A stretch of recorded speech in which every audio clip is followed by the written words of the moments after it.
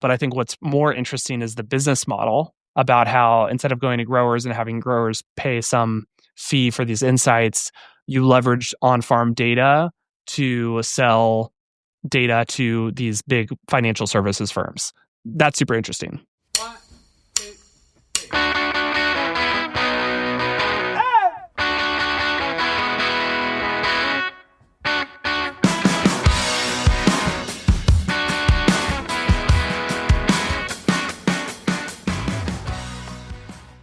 Coming up, Tim and I are going to unpack the $13 million investment into Ceres AI and all of the implications around AI in agriculture.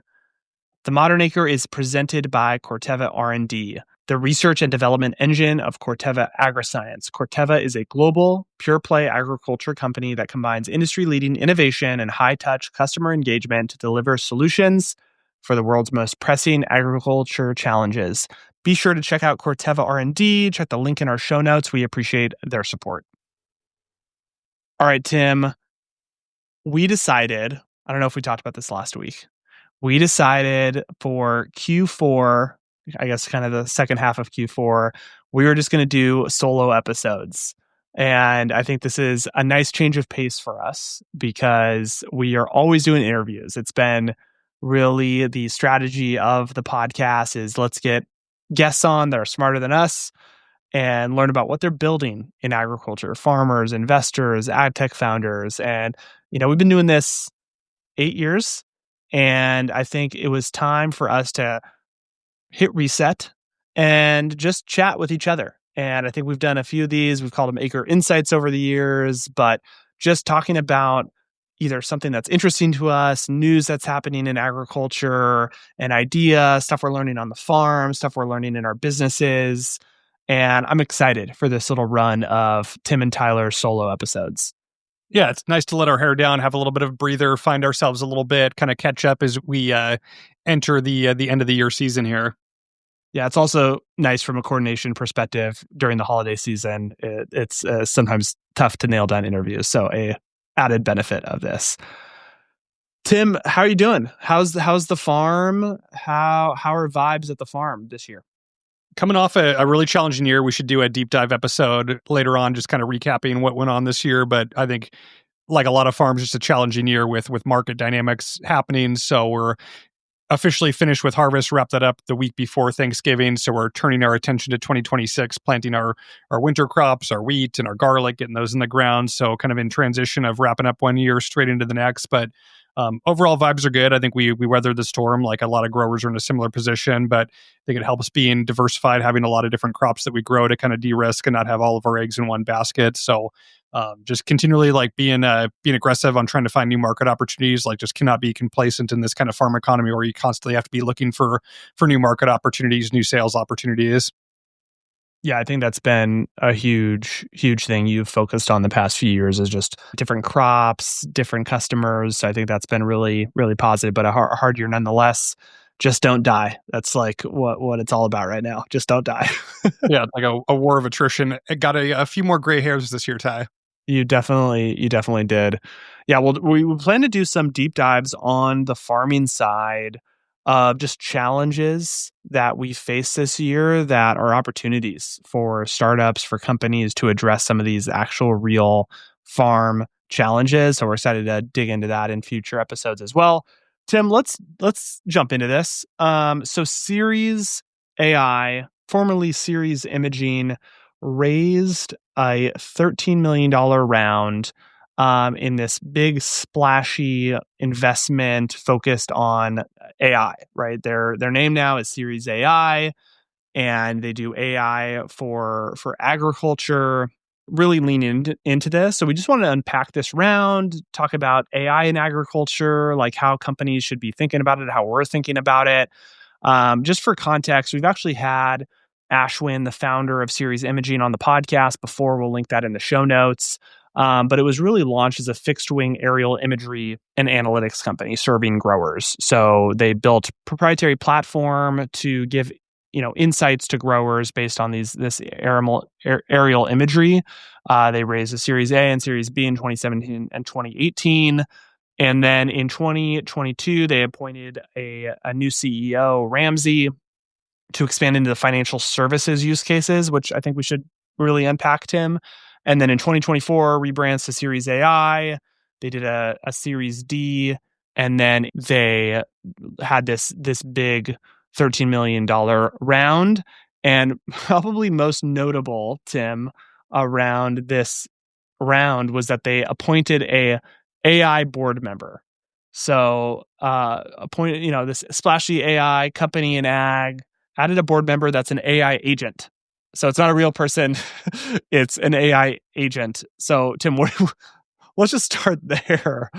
I saw this and I was like, "Wait, did I read this right? What the Yeah, heck is a, this?" a little gimmicky to put in a press announcement. Is it's just like an AI note taker that documents the board meeting notes? Or yeah, I don't quite understand the pitch here. Like it seems a little bit silly. I think this is a PR stunt, right? Like, and I don't hate it from that perspective because it gets us talking about it.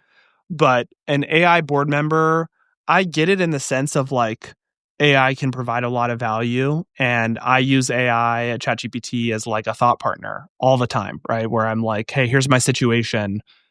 How do you think about this?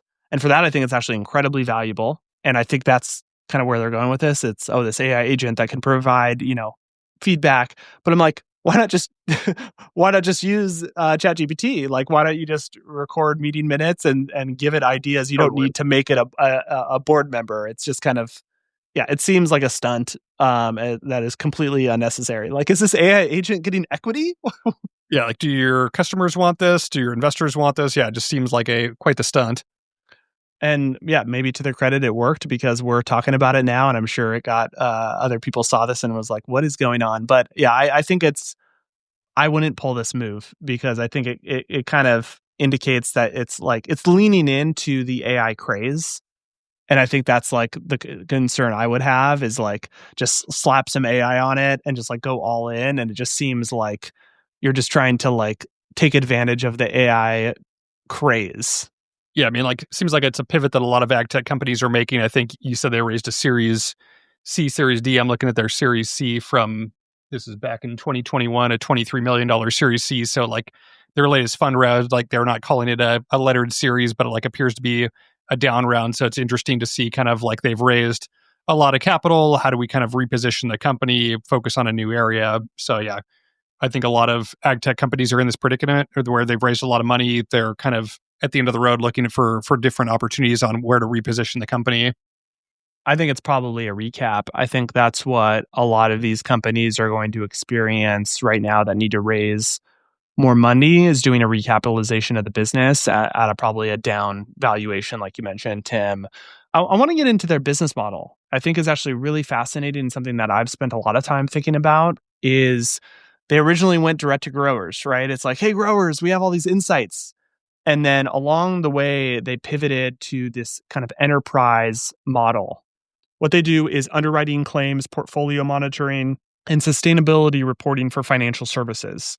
So they essentially build integrations with companies like Bayer's Climate Field View and Lindsay FieldNet on the irrigation side. They build integrations and then pull data from those integrations to develop insights and analytics for kind of the financial services. So think about companies that are doing insurance or lending in agriculture, leverage their data platform to make more informed decisions, right? And especially around land acquisition, insurance, these are like really important things to get right.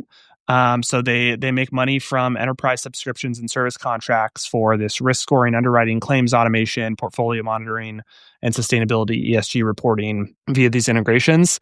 Tim, that's the most interesting thing to me about this whole thing is like forget the AI because I think it's so funny how a lot of these companies that were like, talking about actionable insights 5, 10 years ago, it's just like AI companies now. And it's all the same stuff, right? It's like using data to have analytics and insights, right? And now you can just say AI is doing it when all in all, it's been some form of machine learning, but now it's just like slap some AI on it. So, I mean, I would probably do the same thing if I was in the position. If you were in like the machine learning analytics space, Now you can just call it AI. But I think what's more interesting is the business model about how instead of going to growers and having growers pay some fee for these insights, you leverage on farm data to sell data to these big financial services firms. That's super interesting. Yeah, kind of reminds me what Growers Edge is doing on kind of pivoting away from direct to grower sales and having tools that they could sell to financial institutions and institutional investors to underwrite investments, like they had made the investment or acquisition of Aquaosa that does water underwriting. So like a similar play there where they can kind of pivot and not be, direct to grower and work through companies that sell to growers or work with growers. Yeah, I mean, it's something obviously I've thought a lot about at Polaris. Is our business model is similar in that we make our money from utilities, right? Utility contracts and utility programs, and we don't charge growers for what we offer. And that's one of the things that attracted me to the business was different revenue streams versus just trying to extract money from a grower, which especially in a economy like this is hard, right? It's a hard business to be in, providing products, services, whatever to growers. And so I think like these businesses that can pivot to, hey, how can we change our customer? And that's what's wild to me, Tim, is, and I'm sure there's a gazillion examples in business of companies that have some proprietary or competitive advantage in their technology or what they do, and they just made a fundamental switch of who is our customer, right? And going from like a farmer's a customer to financial institutions are our customer, and that is really interesting to me. And I think we need a little bit more of that in agriculture because growers have limited budgets. And so all these ad tech companies, if you just assumed every grower was going to like every grower can't use every ad tech platform out there, right? Even if all of them have positive ROI, like it's never going to happen. And these alternate, pivoting your customer, I think is a really interesting thought exercise of who is there another customer we could have here. Yeah, super good points. I mean, I think from our perspective, like as a small farm ourselves, like we get pitched a lot by a lot of different ag tech companies, and there's so many tools you could leverage and adopt, especially in a challenging farm economy, on where you want to invest time and energy. But if there's a relationship that we have where we get access to a tool, given that relationship, like that's a value add. So I think kind of looking in that direction on like who our growers working with, where we can offer our tools insights through somebody that's working closely with a grower, where they're not having to buy it directly, but they're still getting benefit from the product or platform. Totally. It's like where ag tech provides value. We've talked about this a lot, Tim, is like sometimes there's clear value creation happening, but it's who's paying for it. And I think that's like the key insight. So really interesting. I think I'd love to just move into how companies should be thinking about AI. And I think there's like a few different paths. I think you need to have an AI strategy for your company, right? If you're a CEO founder of like, how are you positioning your company in relation to what's happening with AI? And I think if you're a data company, if you're a insights analytics company, it makes a lot of sense to do what Series AI is doing and saying we're going all in. We were fundamentally AI before the AI craze, and now we're just leaning into the momentum and the tailwinds of AI. For other companies, I think you have to think about how you leverage AI and how you market it, right? Like, are you marketing yourself as an AI company if you're just using it in one specific thing? We think a lot about irrigation automation at Polaris, right? It's like a lot of these companies, irrigation automation companies that have irrigation scheduling, and it's an AI optimized scheduler. When in reality, it's just it's taking data points and doing an algorithm to determine an optimal schedule, right? And so it's like, how do you market AI? But I think every company should be thinking about that. And then what's most important is how defensible is your business to what's happening with AI? Are you insulated from how AI can disrupt your business, right? So I think a lot of time, a lot of like, yeah, what businesses can't be disrupted by AI? And how can I make sure my business won't be, right? I think that's really important, is to just have a strategy. A lot of things in agriculture are not going to be easily disrupted by AI. But for ad tech companies, you need to really think about just what the strategy is there. Ty, do you, like we keep talking about like there's all these tailwinds with AI. Like, is this like, are we at a tipping point? Like, if every company pivots to AI, then like no one's AI. Like, are we at this like kind of point where it's just oversaturated? Where sometimes I see kind of the rebrand to AI and my eyes gloss over. It's like the same company with just dot AI. Like, is anything changing here, or is it just kind of like a repositioning, trying to ride the tailwinds of AI? I think two things are true at once. I think AI is truly a difference maker, right? And I think it is the unique technology of this kind of era that's going to drive significant economic growth. But I also think it's a craze, right? Like I think two things are true at once, and I think that every company is going to benefit from the rise of AI. We use it every day, right? And I think that's important. But I do think that what you said is true. There's companies that are just pivoting to AI just to benefit.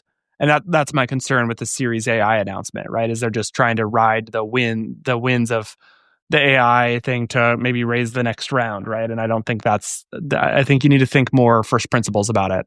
Yeah. Is it like regenerative a couple of years ago where like every company was regen of like Walmart's a regenerative company, like everybody's a regenerative company, and that's kind of fizzled. It's similar, it seems like. Totally. Well, let's wrap it there, Tim. We were gonna keep having these solo episodes talking about different things that are interesting and exciting to us. We hope you guys enjoy this format. Reach out, let us know what you think, what you want to hear from us. We can talk about a lot of different stuff. Working on a number of different projects right now, but I really appreciate you guys listening. Tim and I are both on LinkedIn, so we'd love to connect with you. If you're on LinkedIn, be sure to connect with us, and we'd love to hear what you're building, what you're working on in agriculture. Make sure you're subscribed to the podcast as always, and appreciate you guys listening. We will talk to you next week.